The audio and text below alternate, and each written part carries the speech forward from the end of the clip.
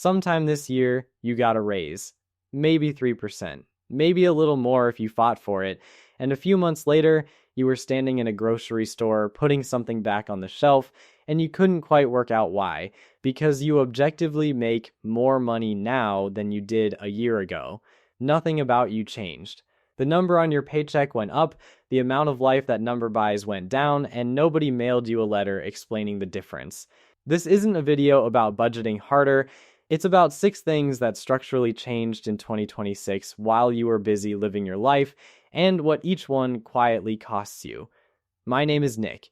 I've spent an unreasonable number of hours this year reading government documents so you don't have to. 5 of these protect what you already have. The 6th changes how much you have, and it's the one almost nobody does. Subscribe, and let's start with the money that's already yours. Quick disclaimer before we start, I'm not a financial advisor and this isn't financial advice. It's math, current numbers, and my opinion about them in that order. I want to show you a real household because the numbers land differently when they belong to somebody. Ray and Dana Merritt live outside Columbus. He does maintenance at a distribution center.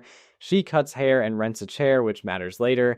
2 kids, about $96,000 between them, which puts them a little above the American median and nowhere near comfortable. They have $8,400 in savings. It's in the account Dana opened when she was 19 at the bank with a branch near her mom's house, and it pays 0.63%. That's the national average savings rate right now. 0.63. That is not an interest rate. That's a rounding error with a marketing department. Their $8,400 earned them $53 last year. In a high-yield savings account, same FDIC insurance, same instant access, same everything, that money earns about $350. If you've got $15,000 in there, the gap is $535 a year. Over 5 years, roughly $2,900 handed to a bank in exchange for a branch you have never once walked into. That part's easy. 1 online form, 15 minutes. Here's the part that isn't. You've heard 3 to 6 months of expenses your entire adult life. That rule was written for a labor market where if you lost your job, you got another one. That is not the labor market we have. In March, Ray's shift supervisor took a package. 19 years at the company. Good, competent, employable man. It is now late August and he is still looking. That's not bad luck. That's the market. The hiring rate in America right now is 3.4% and the quits rate is 2.0, both near the lowest since 2013. Economists call it low hire, low fire. I'd call it musical chairs where the music stopped and nobody's allowed to sit down. And here's the number that should change your behavior. 25.5% of unemployed Americans have been out of work 27 weeks or longer.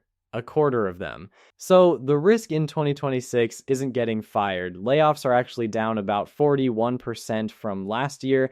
The risk is not getting rehired. Different problem, bigger number. If you work in tech, finance, media, or any field where somebody has made a slick AI demo about your job, build 9 months instead of 3. And stop calling it savings. It's severance. You're just the one paying it.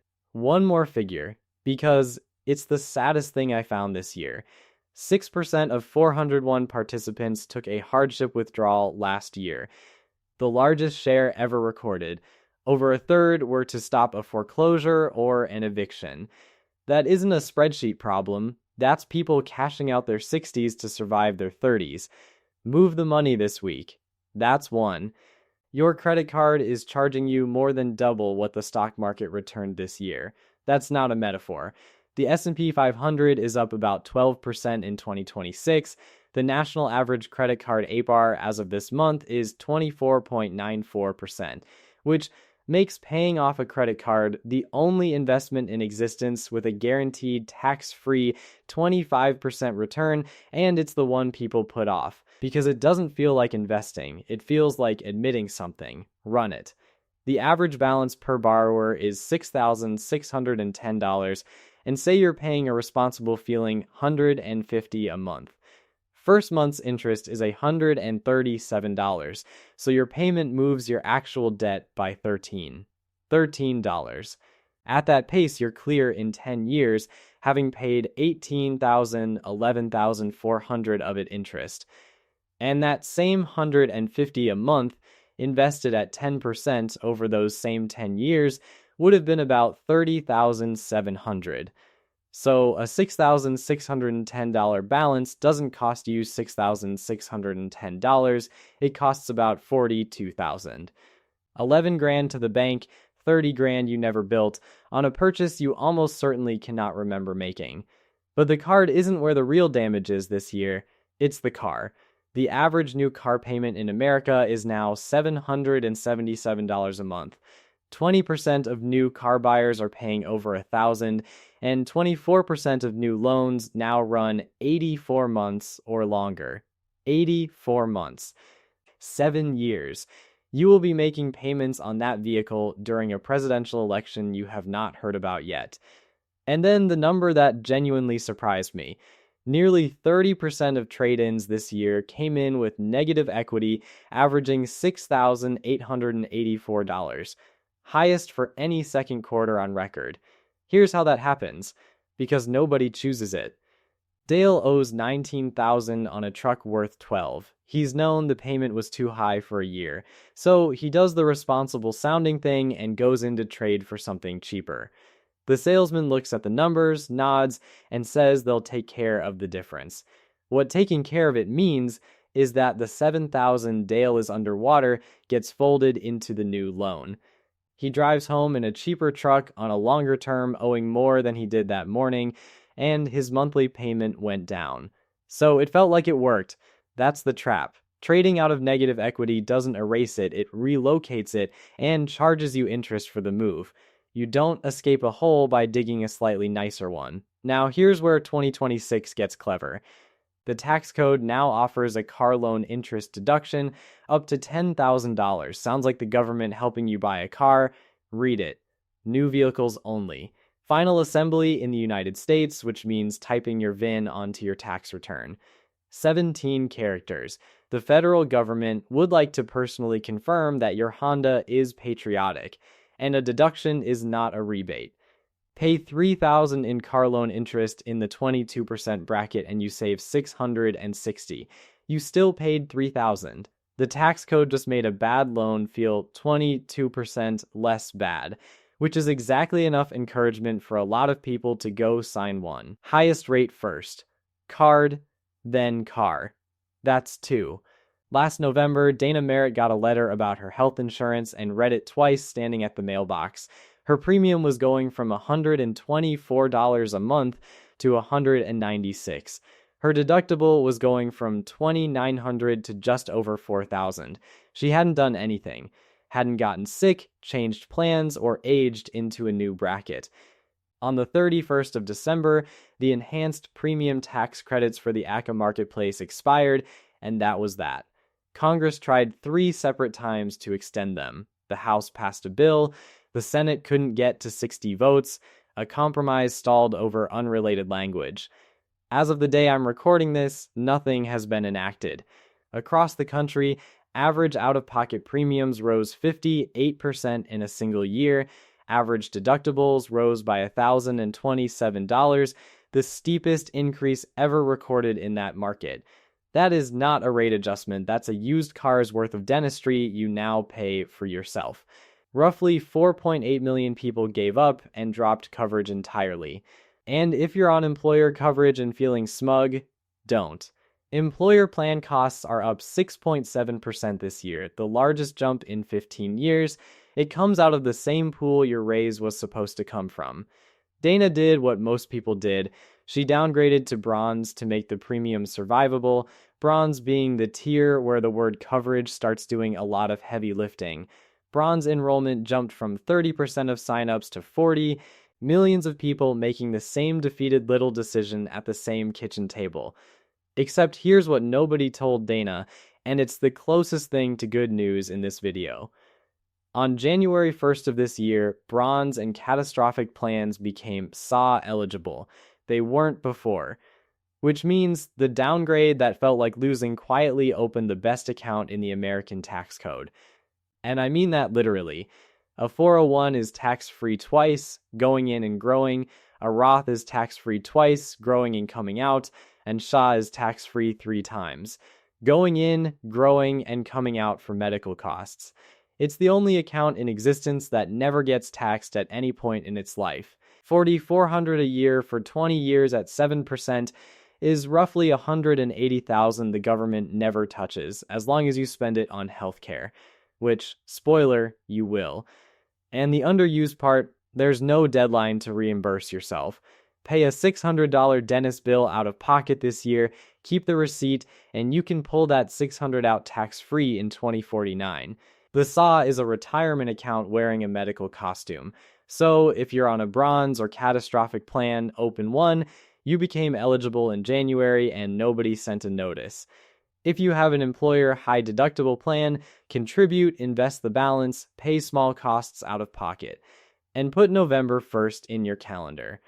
That's when open enrollment for 2027 opens, and December 15th is the cutoff for January coverage, 68 days from now, and then 112. Because your health insurance is now one of the largest financial decisions you make all year, and most people pick it in a 20-minute window while eating leftovers standing over the sink. That's 3. Let me stop for a second, because there's something I noticed halfway through making this and I can't shake it. Not one of these changes was a secret.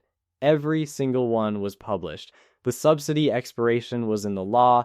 The SAW rule change came out in an ears notice in December. The savings rates are on the bank's own websites. Nobody hid anything. They just put it somewhere no human being would ever look and then waited. That's not a conspiracy.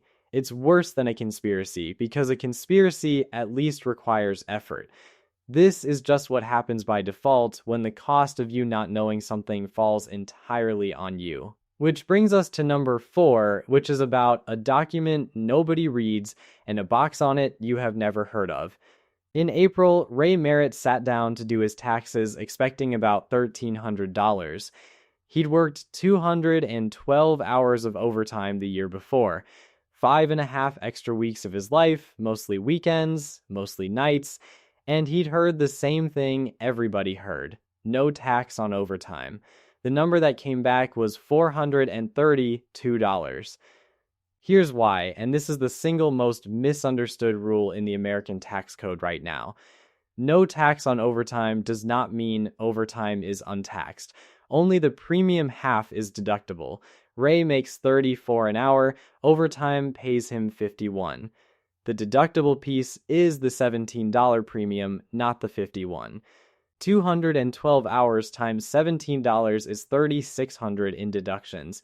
In his bracket, that's $432, which is real money. It's just 1/3 of the real money he was promised. The heirs had to reissue its own guidance this August because so many people filed getting this wrong.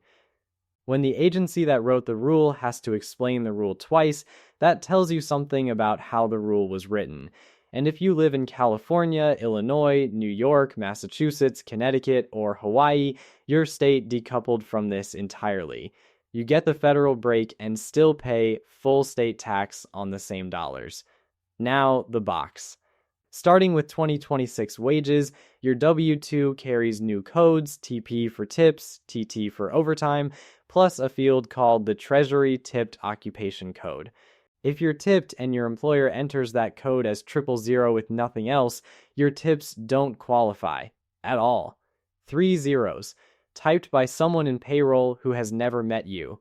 Look at a pay stub in November, not in April, when it's a fight instead of a fix. One more thing while we're here, and this one's genuinely free money. Starting this year, there's a charitable deduction you can take without itemizing: $1,000 single, $2,000 married. About 90% of filers take the standard deduction, which means most Americans have gotten zero tax benefit from giving since 2018. That's over. Cash gifts direct to the charity. No carry forward, so it dies on December 31st. 128 days. That's 4. I know what this one is. Automate your contributions, buy the index fund. It's the financial equivalent of drink more water. Let me tell you why I'm still saying it in a year when the market sits at the second highest valuation ever recorded.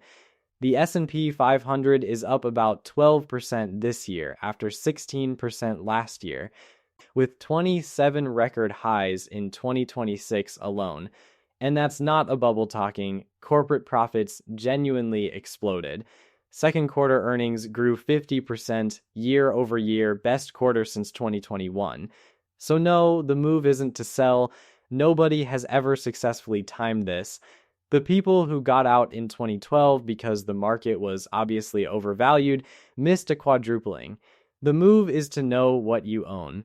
The top 10 companies in the S&P 500 are now 37% of the entire index. Nvidia alone is 7%. Apple is 6%, which means you and Nvidia are in a considerably closer relationship than you agreed to be, and I'm diversified, I own an index fund, and 37% of my money is in 10 companies are the same sentence. That's not an argument against index funds. It's an argument for knowing that the boring, safe thing quietly became a concentrated bet on a handful of businesses in one industry. Better to know now than during. Now the number that matters more than any of that. Ray's father, Wendell, is 63, 31 years at the same plant, never missed a payment on anything, never carried a balance. Did every single thing he was told to do. He has $89,400 in his retirement account. That's not a sad outlier. That's the median for Americans aged 60 to 64. At a 4% withdrawal rate, it produces $298 a month. You'll hear that the average 401 balance is a record $168,000. It is. The median is 44. Somewhere in this country, there is a man with $11 million single-handedly ruining that statistic for everybody, and every cheerful headline about record retirement savings is quietly about him. Wendell didn't do anything wrong, he just started late, and nobody ever showed him this next part. Somebody earning $70,000 who moves their contribution from 8% to 9% is redirecting $58 a month. One food delivery order. Over 30 years at 8%, that becomes about $86,000. 1 percentage point. Once, then never think about it again. That's the whole strategy. It beats every stock tip you'll hear this year, and it takes 4 minutes on your payroll site, which has to happen before December's last paycheck, or that year is simply gone. One footnote if you're over 50 and earning well.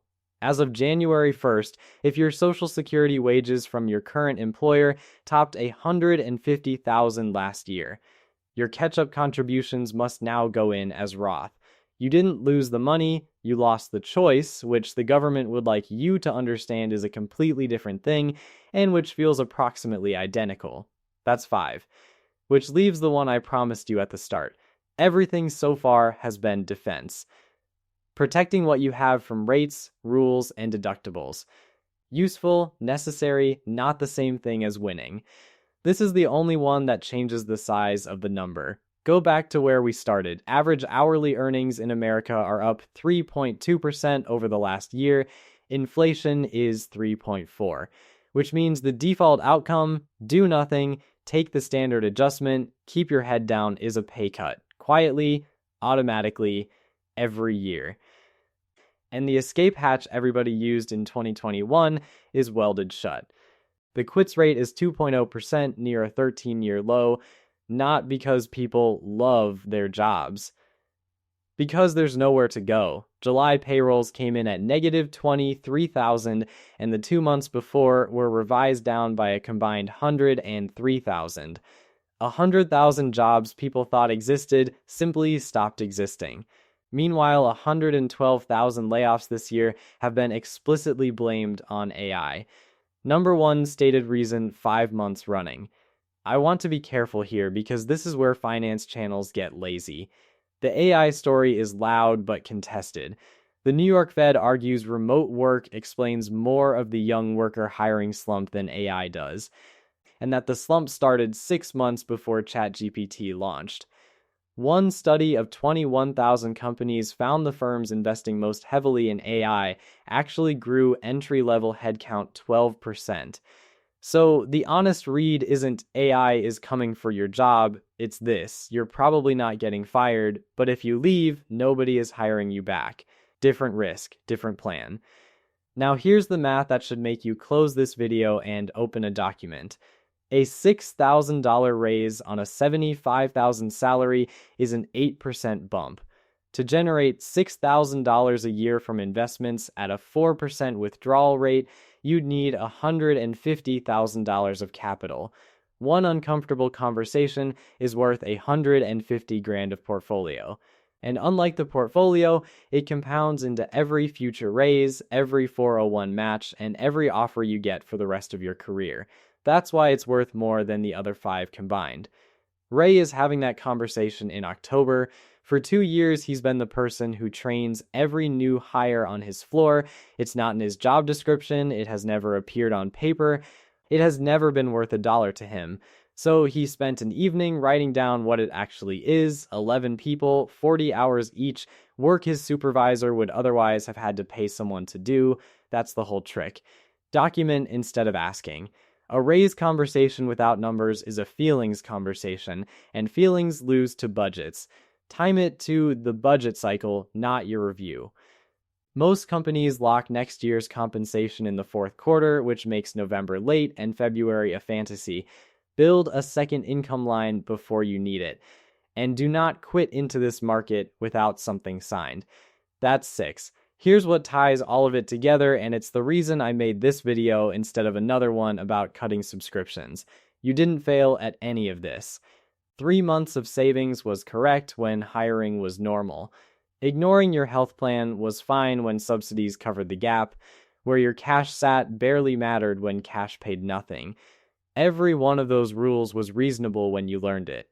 Every one expired in the last 12 months, and the notice went out in a Federal Register nobody reads. You weren't careless. You were playing by a rulebook that got rewritten mid-game, and the rewrite wasn't announced. Those are completely different things, and only one of them is your fault. Now notice who benefits from the quiet. The bank earning the spread on your 0.63%. The lender writing 84-month loans to people already upside down. The insurer that raised a deductible $1,000 and said so in a renewal notice you didn't open. The payroll system that typed 3 zeros into a field you'd never heard of. None of them are doing anything illegal. None of them are going to call you. So there are 128 days left in 2026. Move the cash this week. Open enrollment starts November 1st. The charitable deduction dies December 31st. Your last paycheck of the year is the last chance to change your contribution rate, and the raise conversation belongs in the next 6 weeks before the budget closes. You don't need all 6. Pick one and do it before the deadline attached to it, because the next time you're standing in that aisle putting something back. I'd like it to be a decision instead of an answer. That's the whole difference, and it's 4 months of work, and it starts with a form that takes 15 minutes. The rules changed in 2026.